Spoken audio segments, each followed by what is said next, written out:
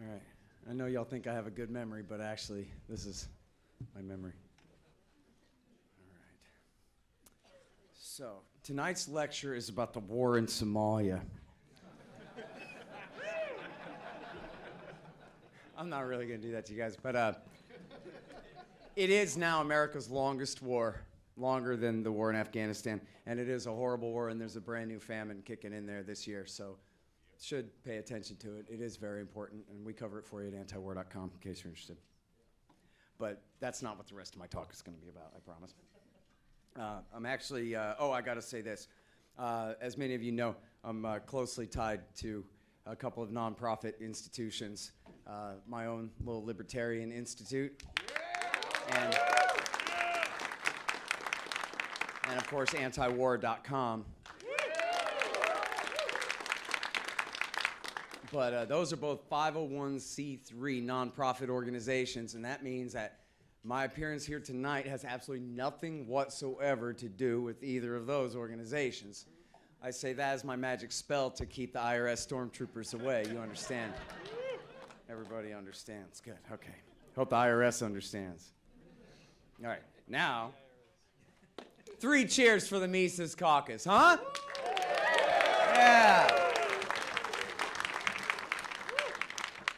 And seriously, thank you all, and especially the volunteers, the organizers, you know, Luke and all the rest of the guys in charge of the Texas Mises Caucus, and all of y'all's hard work in making all of this happen.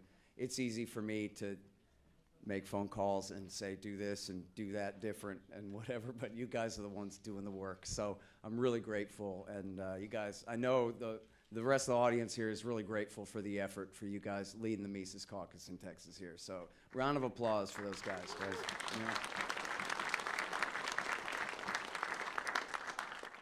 I know my buddy Mike came with me today. We're old friends from when we were kids. And, you know, my story about Mike is that he always assumed that the Libertarian Party was just full of a bunch of Ron Paul guys. And then he was very disappointed to find out that that was not true. But then I told him, hey man, there's this new effort on. It's the Mises Caucus. And basically what it is it's all a whole bunch of us Ron Paul revolution types all joining the Libertarian Party all at once so that we can make your previous mistaken assumption finally the truth. The Libertarian Party to represent the libertarian movement and the Ron Paul revolution in this country. And then Mike said to me, hell yeah, let's go. I got shotgun. And he's here tonight, and his last name's Doyle. You can vote for him to be a national delegate. He's going to come with us to Reno and help make Angela the chair and put our guys on the LNC. All right? All right. So, now here's the thing about the Mises Caucus that is, you know, not that unique, I guess, among, you know, libertarians going back through history, of course. We're all policy wonks on our own particular issues, you know. And libertarians have always been very concerned with war. Many of you know that a major impetus of the beginning of certain factions of the libertarian movement happened in the split between the Young Americans for Freedom when half the group walked out over the Vietnam War. Those were the libertarians. The Young Americans for Freedom stayed the conservatives and stayed pro-war. That's where we come from. And of course, as Clint was just mentioning, price inflation in the 1970s can make a libertarian out of a socialist. Right, during that time, the stagflation, as they called it. Here, massive inflation and high unemployment, right? And just an absolute disaster for that whole decade long. And so libertarians, of course, have always been great on all of these things. And yet at the same time, I think it's true, we can all agree the movement and the party sometimes loses focus. So with the Mises Caucus, what we're trying to do is really crystallize the idea that we are, well, as one Twitterer put it recently, to be pro-liberty is not enough. One must be actively anti-government. And that is what we are. And we're against the worst things that our government does first. And that means, of course, first and foremost, America's world empire and our state of permanent war in the Middle East and, of course, now in Europe and around the world. That is our highest priority. After that, as you guys know, we could all tick them off. Any remnants of the lockdowns, vaccine passports, or any of the restrictions left over from the COVID hysteria, central banking, and destroying once and for all the Federal Reserve System in the United States of America. And then, of course, all the corruption, as you know, this is the kind of thing that's surprising to a liberal when they find out, and even to conservatives, I guess, that we are so free market that we are not necessarily pro-business. We're happy to see a firm fail. We're happy to see a New York bank crash and burn. Lehman Brothers, huh? Yeah, we don't give a damn about that. We are against bailouts and corporate welfare even more than the liberals are, because liberals have their favorite companies that they want to receive corporate welfare to boost environmental concerns or whatever theirs are. We don't believe in that. We really believe in laissez-faire, and that means we want to kick the richest, most powerful corporations in America, the military-industrial complex, and the Wall Street bankers and hedge funds off of welfare first.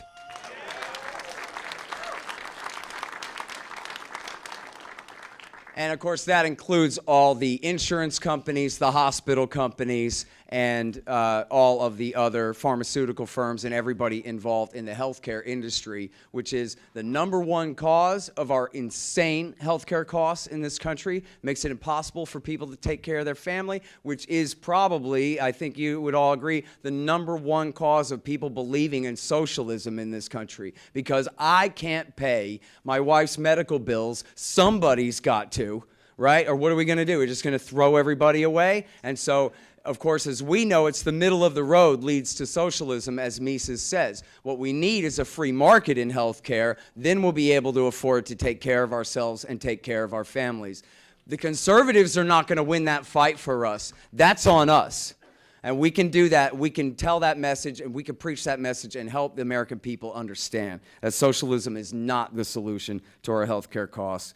And then you guys know the rest. On down the line of the litany of what needs fixing in this country, the militarization of the police and the war on drugs and all of the assaults on our Fourth and Fifth Amendment, the NSA and FBI and CIA, for that matter, domestic spying on our bank accounts and our emails and our web addresses and everything else that we're doing, all the Snowden revelations and the Vault 7 and all the rest. This is what's got to be repealed, and we all know it. And the thing of it is, too, is the American people know it, too.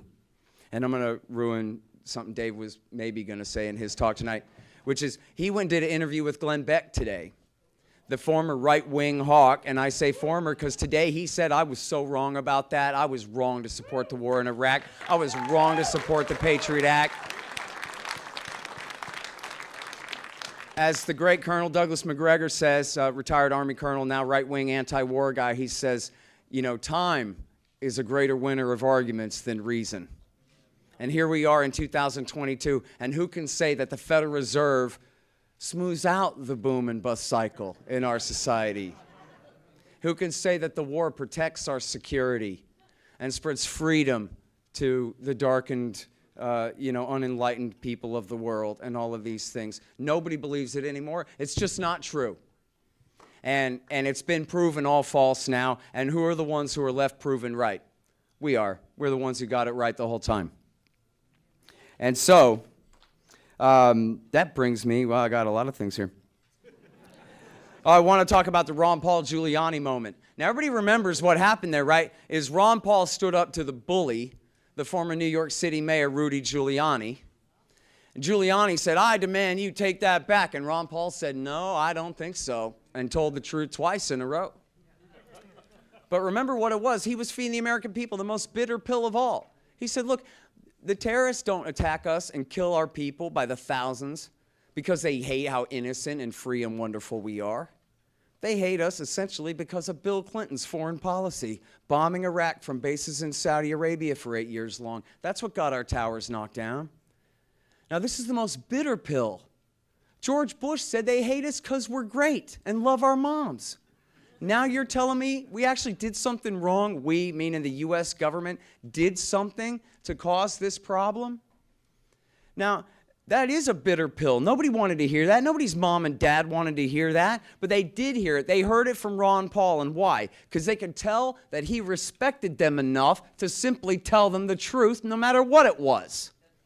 And as he said to Rudy Giuliani that night, if we ignore the reality of how we get into these wars, then we do that at our own peril. This is what gets our people killed. When you think that we can just go around the world doing whatever we want and we'll never have to suffer the consequences. These are the consequences. And that confrontation is what set off the Ron Paul revolution.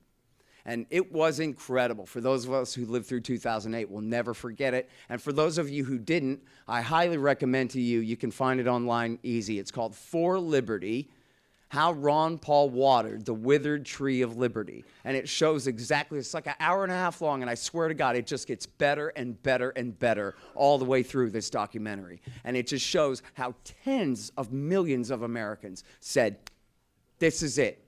Here, this guy's a conservative Texas Republican. He says, I can be anti-war. I don't have to move left at all.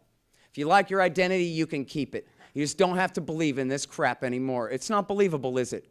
And tens of millions of Americans followed Ron Paul from that instant on because he had the respect and the decency to simply tell them the truth.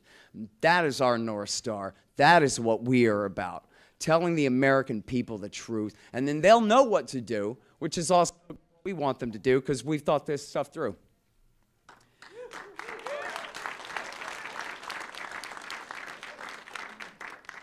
And so, that brings me to another point, which is when Dave Smith or Spike Cohen or Jeff Deist or I or any of these other libertarians are guests on the Kennedy Show on Fox Business News, Fox Business Channel, which I've been on there, thanks to Dave hooking me up with that. I've been on there numerous times since last fall. And I think you'll notice when you watch that show, a lot of times what it is, she has the panel. Sometimes it's a one-on-one interview, but usually we have a panel discussion, a Republican, a Democrat, and the Libertarian. And I'm not taking credit, I'll give it to the rest of the guys, but yeah, it's true for me too. We blow them the hell away every single time. Every single time. And that's because all they care about is their Republican, Democrat, consultant, pollster talking points about each other. But we really care about this stuff, and we really know about this stuff. And so, I might cite names and dates or whatever, but Dave will sit there and explain serious, deep economic theory. It's Spike Cohen with his great quips and whatever it is. We just doing laps around these guys, and they don't know what to do about it. When I was on there a week ago, I watched the replay later, and the conservative kept going, oh, yeah, because I was saying, you know what I was saying? I was saying we need a gold standard so we can't fight these wars anymore. And he was going, yeah. And the Democrat was going, huh? And literally twisting her face around in dissonance, trying to figure it out, right? So this is the advantage that we have, just like Ron Paul. We actually really care about this stuff. We spent years poring over this stuff, trying to figure out what is really the right solution for the most freedom and the less harm for the most people right now and not later, right? And so that's why we blow them away. And that's why Ron Paul did so much better than all the other Republicans once he got that spotlight on him finally. Became a superstar. And that's what we're going to do, of course, with Dave when he runs. And that's what that's Mises Caucus. That's what we're going to do with the whole Libertarian Party, is we're going to make this thing really a force to be reckoned with in American society.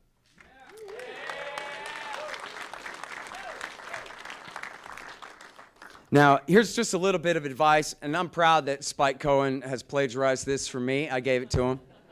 And I've seen him, he gives a way better speech about this than I do, but it's a thing I came up with. You hear this all the time in all different contexts. It's a cliche. I don't know where it originally meant. Let's say mind the gap. So my version of minding the gap is there's this big gap, obviously, between the narrative, whether we're talking about COVID or whether we're talking about the wars or whether we're talking about the police state or anything else where this government is claiming to be our security force and our benefactor and guarantor of our safety. And we take that, there's this gap between that narrative and the truth. Simple as that. And also, as you guys have noticed over and over again, there's a real gap between the truth, as in what's really going on here, and what's right. And so that, again, is our advantage. We just tell the truth and show how wrong it is what our government has been doing and just how thin their claims to be our security force truly are in the face of the reality, and that's where we have the advantage. And it's like that on whether we're talking about guns or whether we're talking about gold or whether we're talking about drugs or whether we're talking about wars. Again, we're the ones who thought this through. And we're the ones who, whether we're talking with leftists or whether we're talking with conservatives and right-wingers and populists, we can find what they are somewhat libertarian on, where they somewhat agree with us, and we can bring them the rest of the way to us. Again, all we got to do is tell them the truth. All we got to do is say, if you like your identity, you can keep it. You just need to be consistent. If you're good on capitalism, well, you have to be good on war. You can't have gold money and a free market and a world empire at the same time. You can't get rid of the IRS when you're remaking the Middle East. Everybody knows that. And for leftists, if you're arguing with a leftist, the same reasons that you oppose the war on drugs, for the ridiculous economics of it, for all the harm that it causes to poor and minorities, well, that's the same reason to be against gun control. Who do you think goes to prison just for having a gun? Poor people and minorities, the exact kind of people that leftists want to protect. And they have an imagination that it's all a bunch of right-wing rednecks are going to have to suffer their gun control, but that's just not true. And when you explain it to them out loud in English for the first time, they know that you're right about that. They know that you're right about that. Who goes to jail just for having a gun? A guy who's on probation just for having some pot. And who's that? A poor guy from a minority, you know, and a poor part of town. That's who ends up getting rounded up and ends up literally doing time in the penitentiary for simple possession of contraband in what's supposed to be a free society. It's insane. So we attack the left from the left. We attack the right from the right, without moving an inch, because we're already better than them on all the things that they're good on. All we got to do is tell them the truth, and that's how we mind the gap.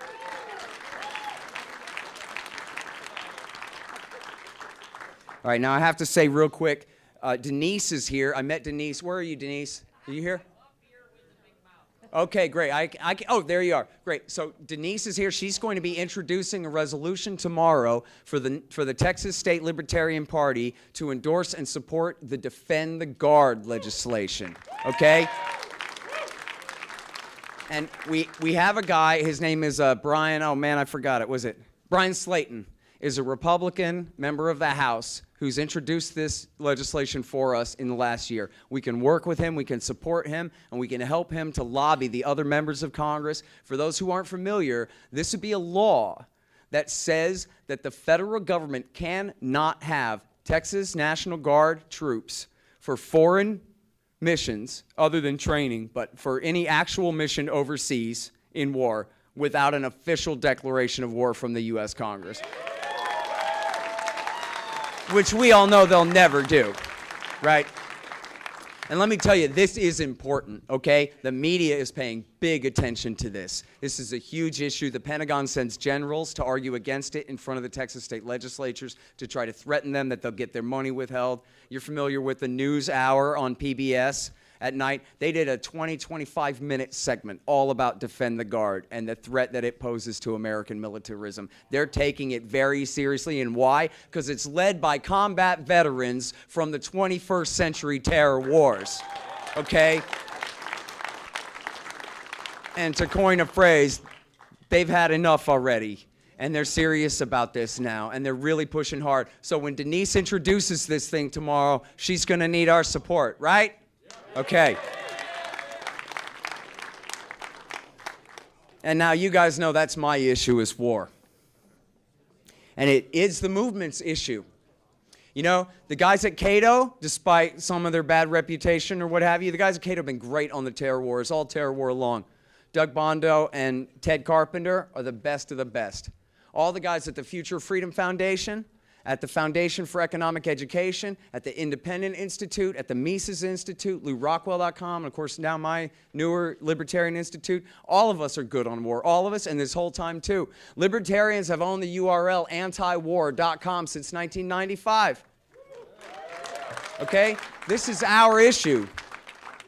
And it's past due time to make this the Libertarian Party's most important signature issue, opposing American militarism. And I've got good news for you. There's a ceasefire in Yemen right now. Yeah. It's the worst thing going on in the world today. And they do have a ceasefire. There have been some violations, but it's supposed to last through the month of Ramadan. And the sock puppet American and Saudi stooge, who is supposed to be the president, Mansour Hadi, has now renounced his title of president and has, so then that no longer can be the mission of the Americans and the Saudis to reinstall him in power. And so that's a huge change and a possible path to peace there. This is something really important. Which brings me back to telling the truth about this and centering this issue. Now, you guys are familiar with Dave Smith's many, many great appearances on the Joe Rogan Show. And hopefully those are just the first few of many more to come. But how many of you guys saw the clip of Dave talking about Yemen on the Joe Rogan Show a couple of months ago, huh? So it got more than 1 million views on YouTube. This is the clip. He's got an exclusive deal with Spotify now, but he takes a clip and puts it on YouTube for promotional material. So out of his 3-hour interview with Dave last time, the 10-minute clip that he chose was Dave explaining the war in Yemen.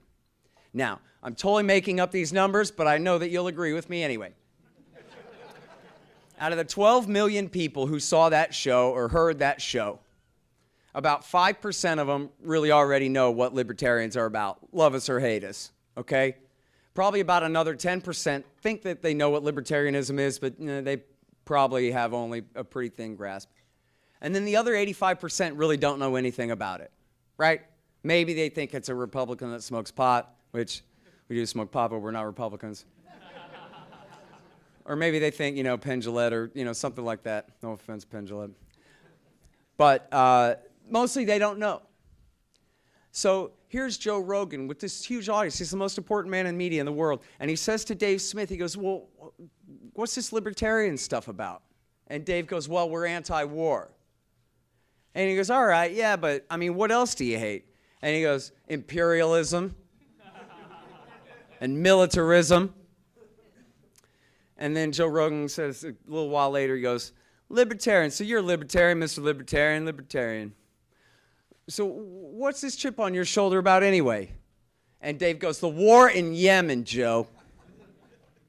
So now you have 10 million people who just got introduced to libertarianism by my man here. And what did they learn? What did they learn? We're anti-imperialists, Joe.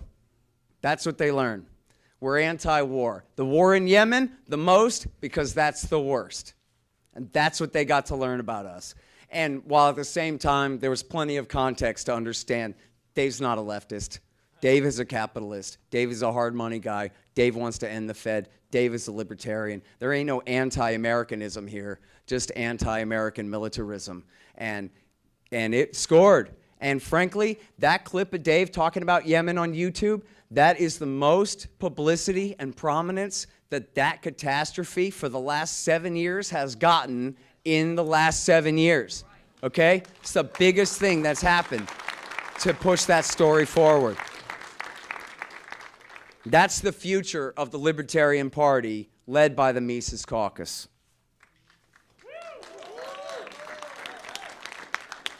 And now, as Clint said, there's really a threat of World War III here. And I really try not to be an alarmist on this stuff because the alarmists are almost always wrong. And guys, I'm not predicting a full-scale war or any kind of direct war between America and Russia right now.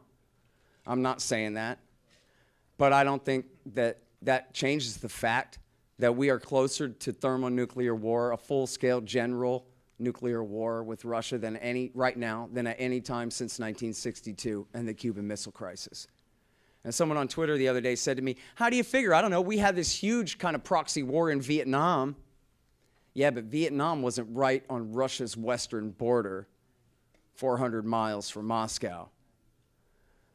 There's a real danger here. And, of course, the Republicans' line is that Joe Biden's weakness is what has provoked this problem, and it's his weakness that's failing to resolve it.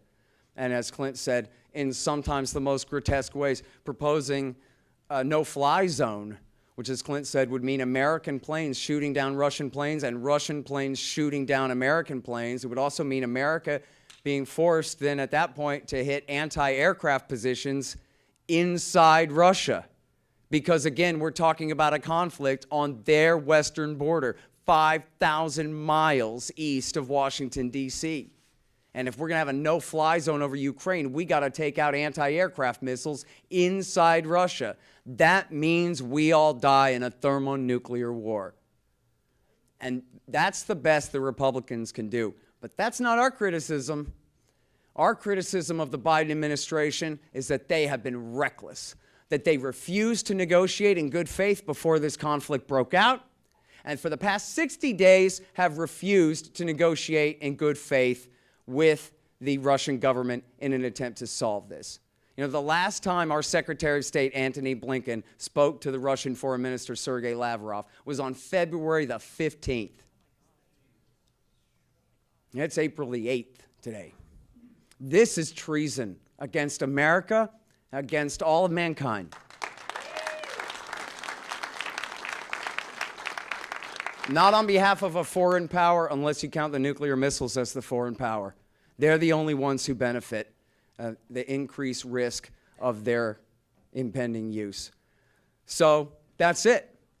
As Clint said, all hands on deck. There's nothing else more important than the world. The war in Yemen may actually be winding down, while here we have the potential for a Yemen-style catastrophe to take place across the entire face of the earth. And that would mean, by the way, a nuclear war with Russia would mean the number of people who died in World War II would all die on the first day. 60, 70 million people on the first day. And then everybody else would starve to death after that from the nuclear winter. So, in order to do our small part, it is important to do. Let's work together to send the Mises Caucus group to Reno so we can appoint our chair, Angela McArdle, to help lead this Libertarian Party, so we can make the Libertarian Party a force in this society to be reckoned with, to put foreign policy first, and the other of the worst catastrophes that our government is inflicting on the people of the world and the people of this country, and really make a change and work toward a freer and a peaceful society in the future. Thank you.